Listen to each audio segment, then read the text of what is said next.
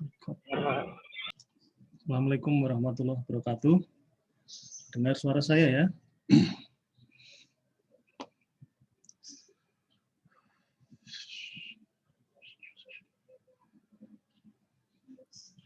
Oh, udah recording. Ya, hari ini kita membahas mengenai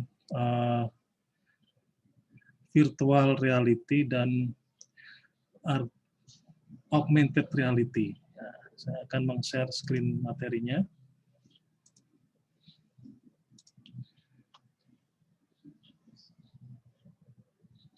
Ya, jadi bicara mengenai reality atau apa ya? Reality itu berarti kenyataan ya.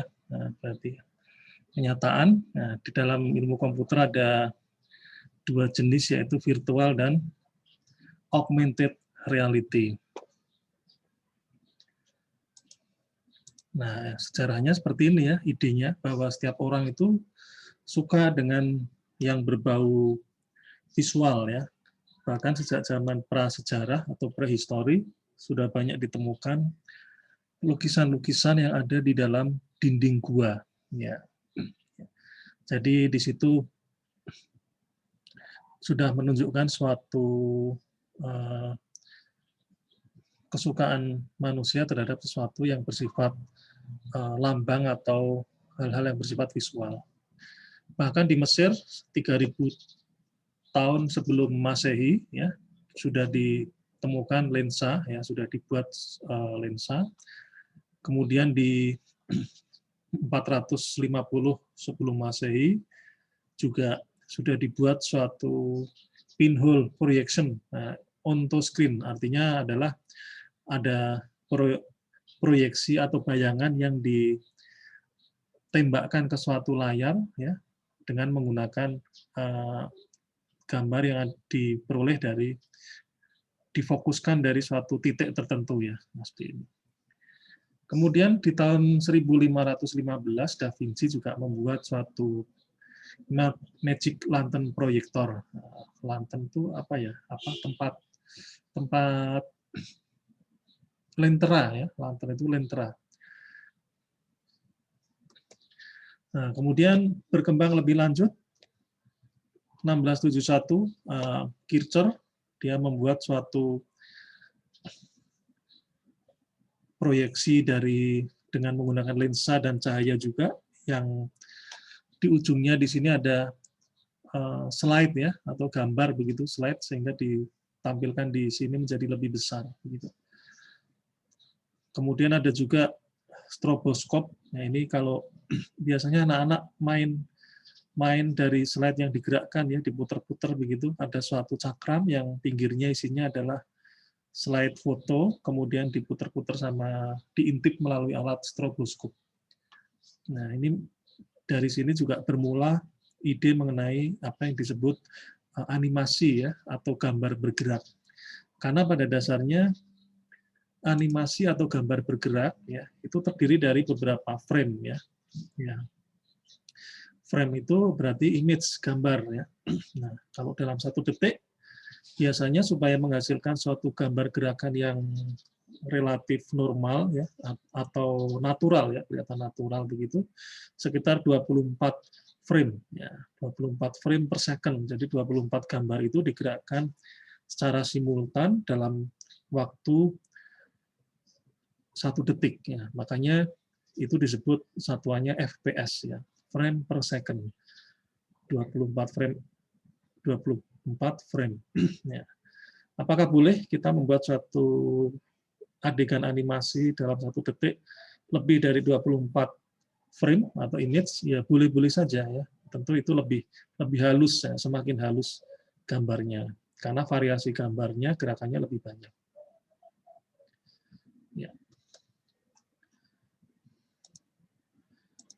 Kemudian jangan lupa saya mengingatkan bagi yang sudah login ke Zoom silakan menuliskan absensi ya di chatnya, nama dan NIM. Ya, kemudian berlanjut ke dunia movie ya di tahun 1888 ini film pertama ya, film pertama tentu masih sangat sederhana ya. Ada yang masih bisu ya filmnya.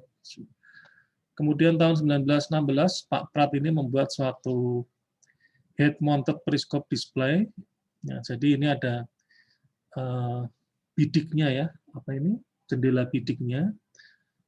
Kemudian ini ditempelkan di kepala ya, atau helm gitu ya. Nah, ini juga merupakan suatu alat wearable ya. Artinya wearable itu kan dipakai oleh kita ya. Ya, cuma mungkin belum bersifat computing, belum wearable computing. Ya, tapi konsep wearable itu sudah mulai dikembangkan ya. Kemudian 1929 dibuatlah mechanic flight simulator. Nah, ini sifatnya juga masih mekanik karena saat itu belum ada komputer ya. Artinya gerakan-gerakan yang ditimbulkan oleh tuas-tuas kemudi itu akan menggerakkan gerakan yang ada pada badan pesawat ini. Flight simulator. Kemudian ada juga sensorama. Nah, sensorama ini sudah mulai mendekati agak-agak relatif lebih canggih dibanding sebelumnya ya. Jadi melalui jendela bidik ini kita bisa mengintip atau merasakan sensasi lingkungan sedang naik motor ya. Dia akan melihat pandangannya, kemudian suara, kemudian getarannya ya, getaran apa ini kursi ya. Jadi kalau belok kiri atau belok kanan kena hambatan ya dia akan bergetar.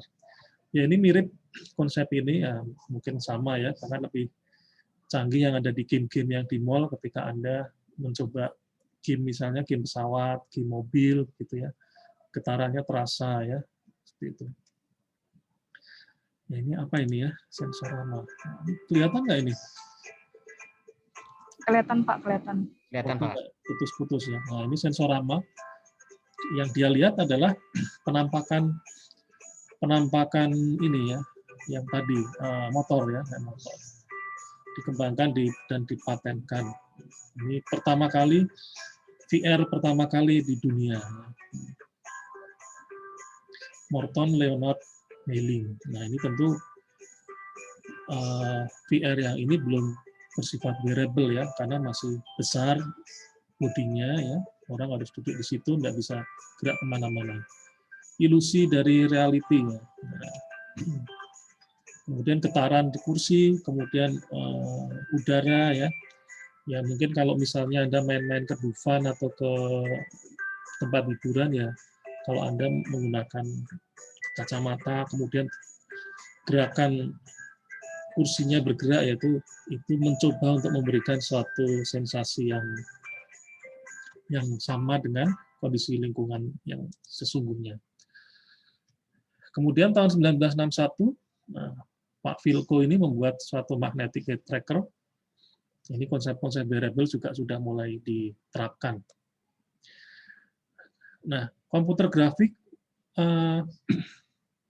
mulai berkembang ya dengan adanya Pak Sutherland ini membuat suatu HCI atau Human Computer Interaction yang menggunakan pen mouse ya, atau mungkin istilah mouse waktu itu belum ada ya, tapi interaksinya menggunakan pena begitu ya, yang namanya sketchpad. Ya, disinilah era dimulainya interaksi manusia dengan komputer secara langsung, tidak menggunakan keyboard.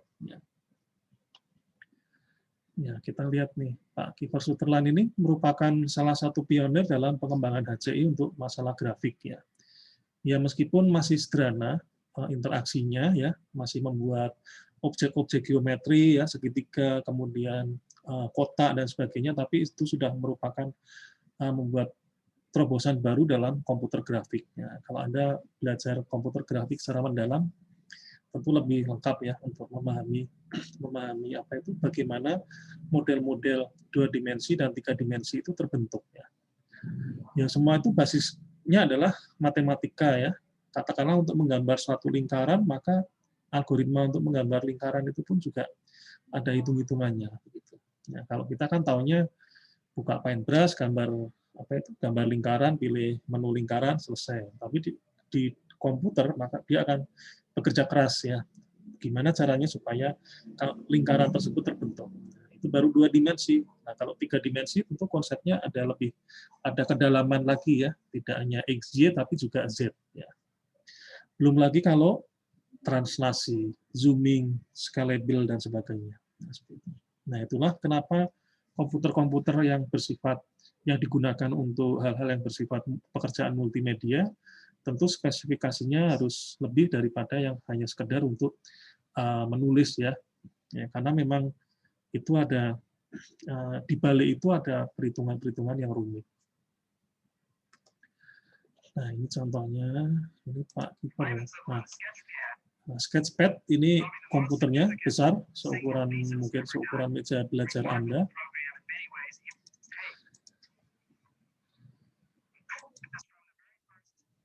Saya percepat aja ini ya. Nah, ini dia berinteraksinya menggunakan satu pen khusus gitu.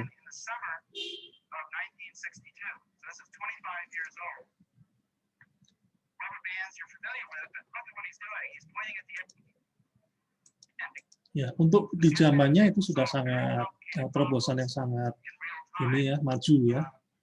Tahun 60 berapa tadi? 63 ya.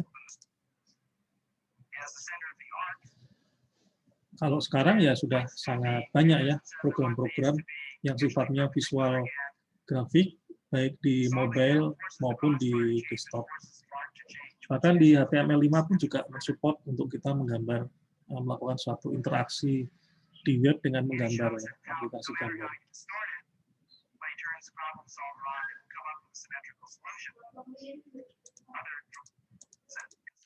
Kalau begini suaranya kedengaran nggak suara yang ada di film ini?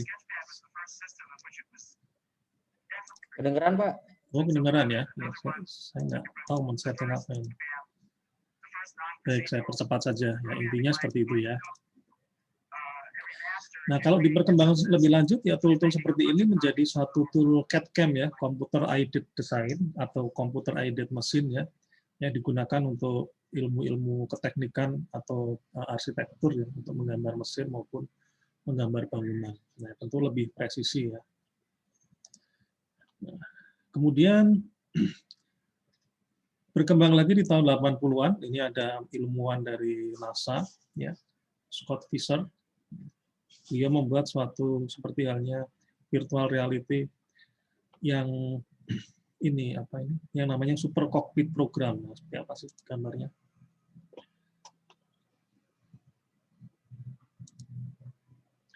Di sini dia sudah melengkapi dirinya dengan headset, kemudian ada apa itu glove ya,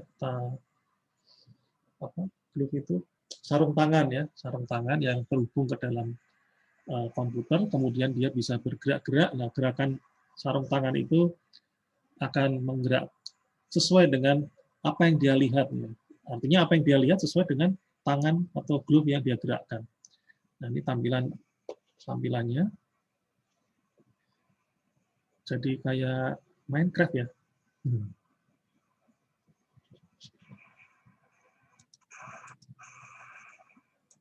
Ya, jadi tentu kegunaannya bisa disetting tergantung programnya, misalnya untuk mensimulasi memindahkan barang atau mensimulasi untuk latihan ya, seperti itu. Atau suatu saat bisa juga digunakan untuk telemedicine ya, operasi. Jadi yang mau operasi ada di Indonesia dokternya, yang dioperasi ada di Amerika misalnya menggunakan alat transport, alat seperti ini sebagai transporternya ya. Dokter tadi kemudian menggerakkan tangannya untuk operasi, dan di sana sudah diwakili oleh si tangan robot yang dikendalikan dari dokter yang ada di sini ya.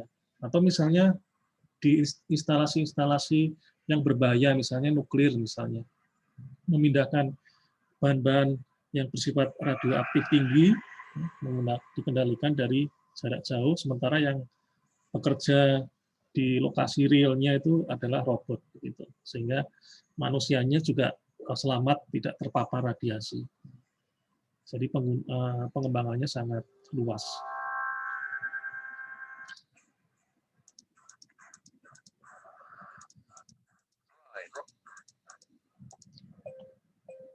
Ya, siapa tahu nanti ke depannya Anda main PUBG juga menggunakan ini ya, saya kira sudah ada ya gimmick-gimmick mengenai main Free Fire atau PUBG menggunakan head mount, terus kakinya itu ada seperti roda berjalan begitu ya, lantainya berjalan, kemudian dia berlari-lari gitu. Ya, itu juga merupakan bagian dari human computer interaction ya, interaksi komputer manusia dan komputer.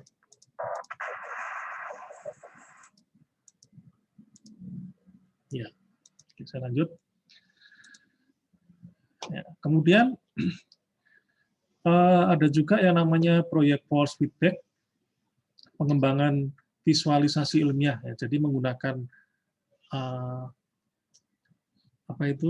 papan tulis ya, seperti halnya papan tulis, screen atau board ya, whiteboard, tapi yang besar, bisa layar sentuh juga di situ untuk memodelkan model-model untuk aplikasi kimia dan sebagainya, molekul, atom dan sebagainya ya. Jadi untuk memudahkan itu.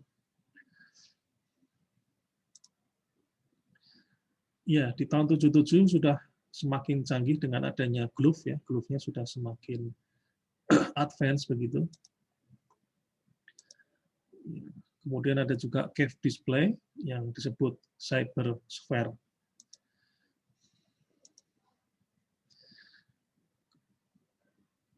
Nah, dengan perkembangan yang tadi, maka yang semakin maju ya, maka perkembangannya alat-alat ini menjadi semakin lebih mudah, murah, dan terjangkau ya, lebih terjangkau dan mudah digunakan. Contohnya Nintendo, Track IR, Sensik, Oculus Rift, kemudian Samsung juga ya, Samsung juga mengeluarkan produk seperti ini ya, VR Google ya, VR Google, untuk bisa melihat penampakan-penampakan yang bersifat virtual. Bahkan kalau Anda sudah punya alatnya, tinggal cari searching aja movie-nya, gambarnya. Anda ketikkan saja di YouTube virtual reality ini view gitu ya. Maka dia view-nya akan menjadi dua ya, kanan kiri, bersifat stereo. Nah, ini definisi dari augmented reality dan virtual reality. Jadi kalau VR, lingkungannya itu dibentuk oleh komputer ya, atau biasa disebut oleh CGI, komputer generate grafik ya, komputer grafik. Jadi grafik yang di-generate oleh komputer. Sementara kalau AR, sesuai dengan namanya, augmented reality atau realitas tambahan. Jadi realitas real ditambahkan atau di-overlay dengan realita yang kita buat ya, secara virtual ya, artinya secara di-generate oleh komputer. Nah, ini biasanya VR membutuhkan spesifikasi teknologi tertentu, sementara AR dia bisa PC, bisa smartphone, ya laptop dan sebagainya. Nah, ini virtual reality sudah fully wearable ya, sudah nempel ke tubuh semua ya, artinya semua bersifat mobile. Kemudian ya dalamnya ini kira-kira ya tergantung dari temanya apa. Kalau VR, nah ini saya mencoba di pameran teknologi di Jerman waktu itu, bukan di Jerman tapi di Jakarta ya, yang mengadakan Kedutaan Besar Jerman. Isi dari film ini pesawat ya, lingkungan pesawat Lufthansa kalau nggak salah waktu itu. Kemudian augmented reality. Nah, augmented reality itu realitas tambahan, jadi realitanya ini yang realnya ya, kota dan sebagainya. Kemudian seorang salesman yang menunjukkan poster. Kemudian ketika ini disorot oleh kamera yang ada aplikasi AR-nya, maka akan muncul informasi-informasi tambahan. Nah, yang biasa kita sebut overlay ya, atau layer tambahan. Ya, jadi ini menggabungkan dunia nyata dengan dunia virtual.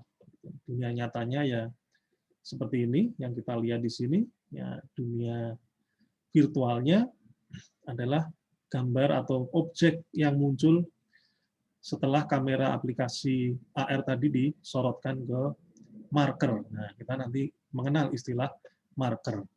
Atau kalau zaman sebelumnya namanya tagging ya, tag atau marker. Kemudian tipe-tipe AR ada beberapa jenis ya, ada gravimetrik. Gravimetrik ini yang memanfaatkan sensor gravimeter pada device smartphone Android atau ini HP gitu, menentukan posisi pengguna. Nah, berarti kalau menentukan posisi pengguna, dia ada hubungannya juga dengan GPS ya, dan lokasi, location base ya.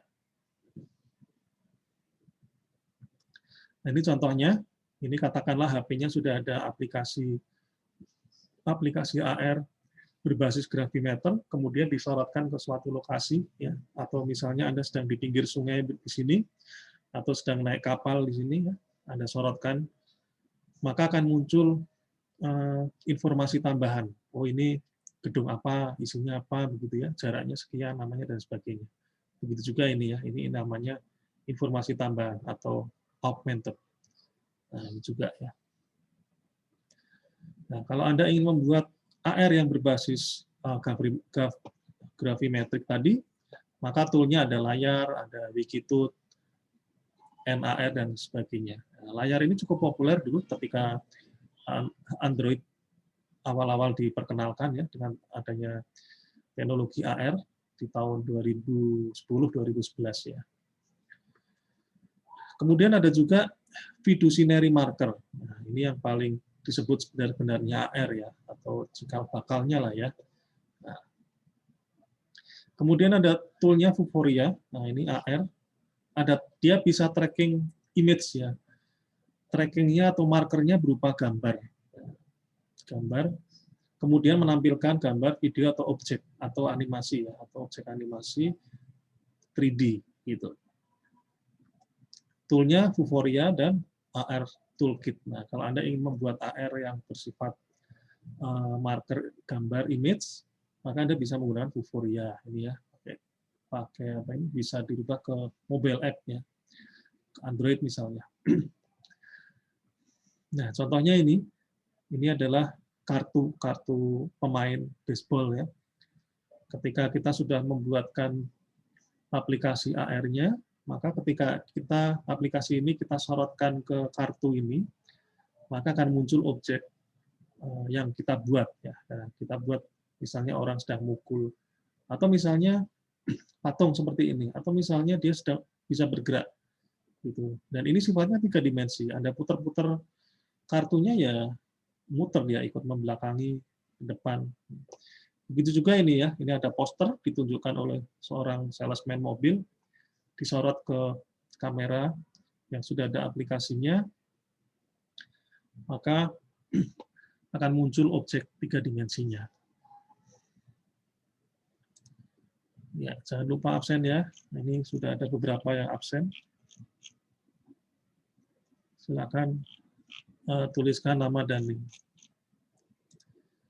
Ya, saya lanjutkan. Nah, untuk membuat objek ini kita bisa menggunakan software 3D generation ya, atau software 3D design seperti halnya Blender atau 3D Max. Ya, biasanya Blender juga yang support ya, karena memang dia open source dan banyak digunakan oleh para pengembang ya, Blender. Kalau Anda ingin belajar 3D, animasi 3D misalnya dari from scratch, ya Anda bisa memulai melalui Blender ya, karena memang di situ konsep-konsep mengenai animasi dan 3D itu sangat kental gitu.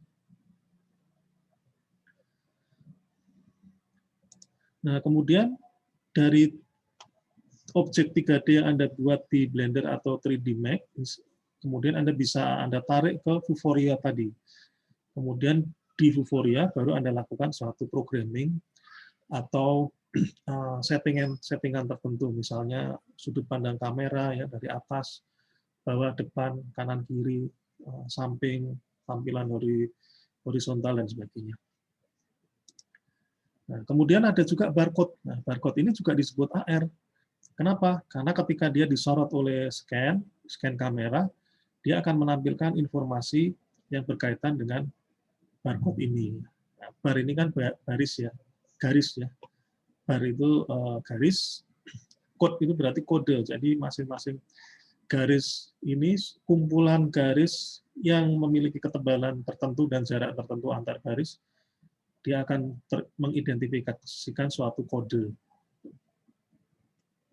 Kemudian perkembangan dari barcode ada juga quick response code, ya, QR code. Ya, ini juga disebut AR juga. Karena ketika Anda sorotkan di kamera scanner, maka akan keluar informasi. Nah, saya juga sering menggunakan QR code ini untuk membuat suatu validasi tanda tangan, ya. Misalnya ada yang minta tanda tangan digital di saya, ya saya juga sertakan QR code-nya, sehingga tanda tangan saya bisa tervalidasi untuk apa saat itu saya memberikan tanda tangan digital. Kemudian ada tool-nya Sync SDK. Microsoft pun juga mengeluarkan suatu teknologi untuk QR code, ya. Nah, cuma ini agak unik, ya. Gambarnya atau image-nya ini tidak seperti QR code pada umumnya. Kemudian dikenal juga markerless tag, ya. Kalau tadi AR yang salesman mobil bawa tadi, dia membawa marker berupa gambar berupa kartu atau gambar berupa gambarnya mobil, ya. Tapi ada juga yang markerless tag, ya, nggak perlu marker, ya, karena sudah teridentifikasi dari image processing-nya. Nah, contohnya di Twitter, Facebook, ya. Kalau zaman dulu Facebook di awal-awal itu kalau kita mau mengetek, maka kita harus memberikan tag nama ke area tertentu, ya, atau bebas, areanya bebas, ya. Diklik aja, diklik, oh tuliskan Adam, yang muncul. Tapi kan sekarang enggak, ya. Sudah semakin canggih Facebooknya, langsung membentuk suatu area wajah. Bahkan sudah mengenali, oh ini wajahnya si A, wajahnya si B, seperti itu. Dan itu muncul sendiri tulisannya. Ya, itu yang disebut dengan augmented reality atau realitas tambahan. Kemudian ada juga yang namanya visual search, ini juga konsepnya mengenali image atau image recognition. Di Google ini juga sudah mengembangkan produk yang namanya Google Lens, ya. Anda fotokan, kemudian Anda kirim ke Lens, maka oleh si Google ini akan dicarikan ininya apa itu sumber basis datanya. Sebentar, ya. Baterainya habis.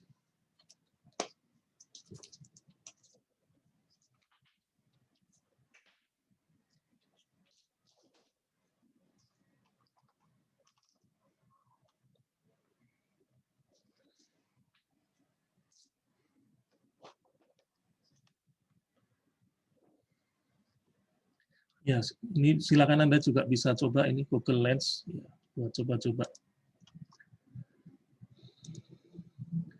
Apa peluang bisnisnya AR? Nah, tentu banyak, ya. Ada game, ya, kemudian ada untuk marketing, ya, inovatif marketing tool, kemudian untuk location based advertising, ya, social game, kemudian game-game yang canggih, ya, mungkin suatu saat juga menggunakan teknologi seperti VR maupun AR.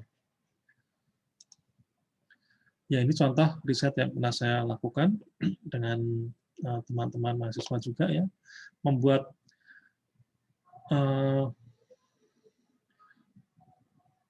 aplikasi yang untuk anak-anak, ya, untuk tentang gigi berlubang. Jadi ini HP, ya, HP saya sorotkan ke suatu marker di sini, kemudian markernya akan muncul objek gigi, ya. Ini saya kalau HP-nya saya putar-putar, ya akan tampak kanan, kiri, depan, belakang, atas, bawah, begitu. Begitu juga kalau marker tertentu yang lain saya sorotkan kamera, maka bagian dalam dari gigi, ya, atau gusi akan tampak. Artinya penggunaannya macam-macam. Ya, saya kira itu dari saya. Ada pertanyaan? Silakan. Pak mau nanya ini Pak, saya mau nanya tentang kerja praktik dan seminar. Itu Mas ditiadakan apa gimana Pak? Kerja praktek dan seminar, maksudnya gimana kok ditiadakan? Iya Pak.